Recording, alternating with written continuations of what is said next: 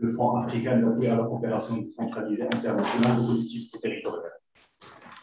Ce fonds a été mis en place par le ministère de l'Intérieur en mars 2020. Et comme vous le savez, le Maroc a toujours accordé une importance très particulière à la coopération sud-sud et a placé l'Afrique au cœur des priorités de sa politique étrangère. Je vais la citer un passage du discours royal devant le 28e sommet de l'Union africaine, tenu le 31 octobre 2017, où Sa Majesté le Roi avait dit « Ma vision de la coopération sud-sud est claire et constante. Mon pays partage ce qu'il a sans ostentation. Mon pays opte pour le partage et le transfert de son savoir-faire. Il propose de bâtir concrètement un avenir solidaire et sûr. » Fin de citation.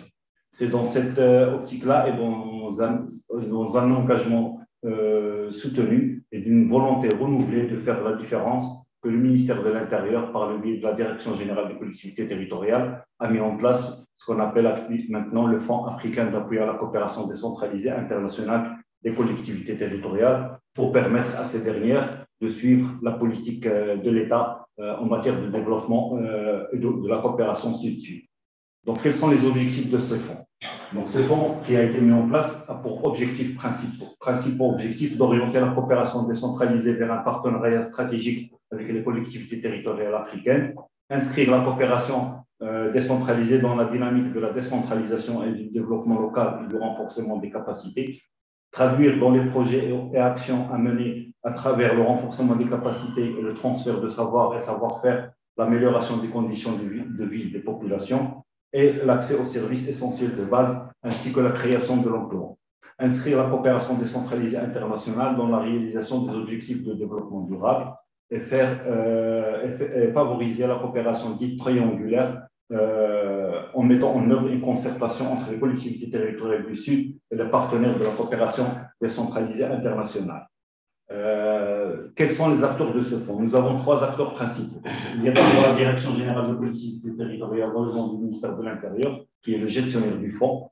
Elle a pour mission elle lance annuellement des appels à projets. Elle évalue les projets ou actions à réaliser dans le cadre du fonds et elle veille sur l'ensemble des étapes de réalisation des projets à action et apporte bien sûr un appui financier conséquent pour la réalisation des projets ou actions.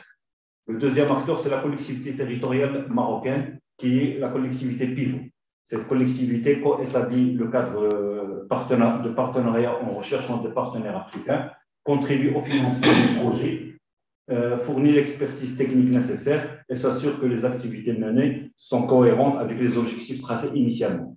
Le troisième acteur, c'est la collectivité territoriale africaine, qui est le bénéficiaire direct et exclusif de l'appui du fonds. Cette collectivité formule la demande de partenariat, élabore le projet ou l'action et le cas échéant demande d'assistance technique à la collectivité territoriale nationale, œuvre à la réalisation des projets et suit et évalue le projet ou l'action réalisée. Quels sont les domaines dans lesquels le fonds peut intervenir? Nous avons une panoplie de domaines dans lesquels le fonds peut intervenir. Il y a d'abord la planification et l'aménagement du territoire, l'appui aux services de base rendus aux citoyens, le renforcement institutionnel des collectivités territoriales, le transfert des connaissances, du savoir et savoir-faire en matière de gestion des collectivités territoriales, le développement durable, la formation et le renforcement des capacités des élus et des cadres territoriaux, l'amélioration des conditions de vie des populations, les études de faisabilité, ainsi que l'octroi de bourses de formation diplômante et de perfectionnement, ainsi que l'employabilité des jeunes. Bien sûr, ne sont pas financés par ce fonds toutes les dépenses effectuées avant l'octroi, par exemple, de l'appui du fonds, le paiement des salaires des fonctionnaires et les dépenses qui ne sont pas liées directement au projet ou action programmée. Maintenant, comment ce fonds peut-il contribuer à la réalisation de projets ou actions? D'abord, la collectivité territoriale nationale doit mobiliser au minimum 30% du montant global de l'action ou du projet. La collectivité territoriale africaine peut mobiliser, doit mobiliser elle aussi au moins 10% du coût du projet ou action, sachant pertinemment que ces mobilisations peuvent se faire en nature, par exemple, et ils seront comptabilisés, reconvertis au numéraire et comptabilisés dans le montage financier du projet. Par contre, le fonds Là, il intervient au maximum à 60% du coût global du projet, à condition que cette participation ne dépasse pas 2,4 millions de dirhams, soit l'équivalent de 230 000 euros par action au projet programme. Donc, la mise en place de la contribution de fonds ne peut se faire que lorsque le montage financier du projet est bouclé. Maintenant, comment formuler le dossier d'appui du fonds? Bien sûr, au préalable, il faudrait qu'il y ait un partenariat entre les deux collectivités territoriales marocaines et africaines. Il y a un formulaire à remplir. Il y a une lettre conjointe d'engagement des deux présidents des collectivités territoriales dans laquelle ils s'engagent à mobiliser leur quote-part et à réaliser le projet selon les règles de l'art. Il y a une note de cadrage sur le projet, les objectifs à atteindre, les indicateurs de suivi, d'évaluation. Il y a la convention de partenariat entre les deux partenaires dans le cas où il existe.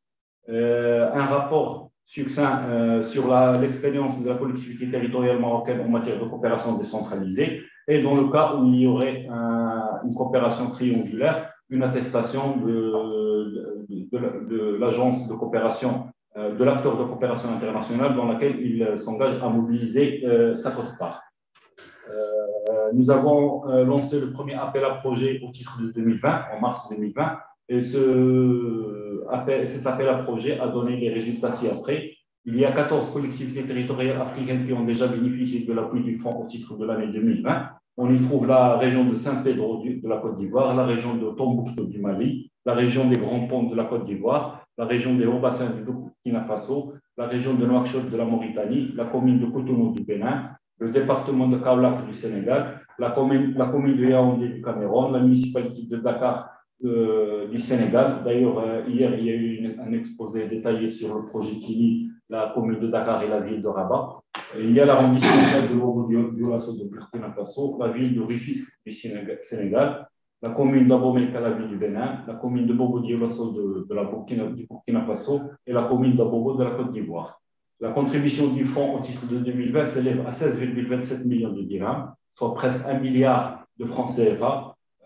Et cette contribution a permis la formation de 16 managers territoriaux dans le cadre du master exécutif en management des villes africaines mis en place par l'Académie africaine de collectivité territoriale universitaire à Hawaï. Il y a eu l'octroi de 40 bourses, dont 20 en formation professionnelle et 20 en formation initiale. Il y a eu la mise à niveau de 2 places historiques à Dakar et la réalisation d'un jardin à Rufisque.